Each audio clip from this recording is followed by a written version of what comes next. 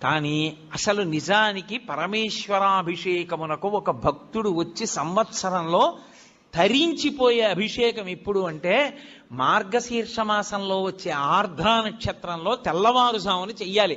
చిదంబరంలో నటరాజస్వామికి చిదంబరంలో మోక్షలింగము అని శంకరాచార్యులు వారు పరమశివుడి దగ్గర నుంచి 5 లింగాలు తీసుకొచ్చారు. ఆ 5 లింగాల్లో ఒక లింగమే ఇప్పటికీ శృంగేరిలో ఉంది.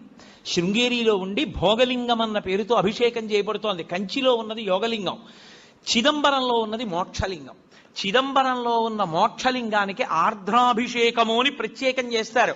అసలు నిజానికి దానితో కలుపుకుంటూ ప్రతి శివాలయంలో మార్గశీర్ష మాస ఆర్ద్రా నక్షత్రం నాడు తెల్లవారుజామున 3-4 మధ్యలో చెయ్యాలి అభిషేకం. దేవాలయాన్ని మంగళవాయిద్యాలతో పరమేశ్వరుణ్ణి మేల్కొల్పి ఉత్సవమూర్తుల్ని తీసుకొచ్చేసి గబగబా ఆలయాన్నంతటినీ శుద్ధి చేసుకోవడం అంటే సిద్ధం చేసుకుని పరమేశ్వరుడికి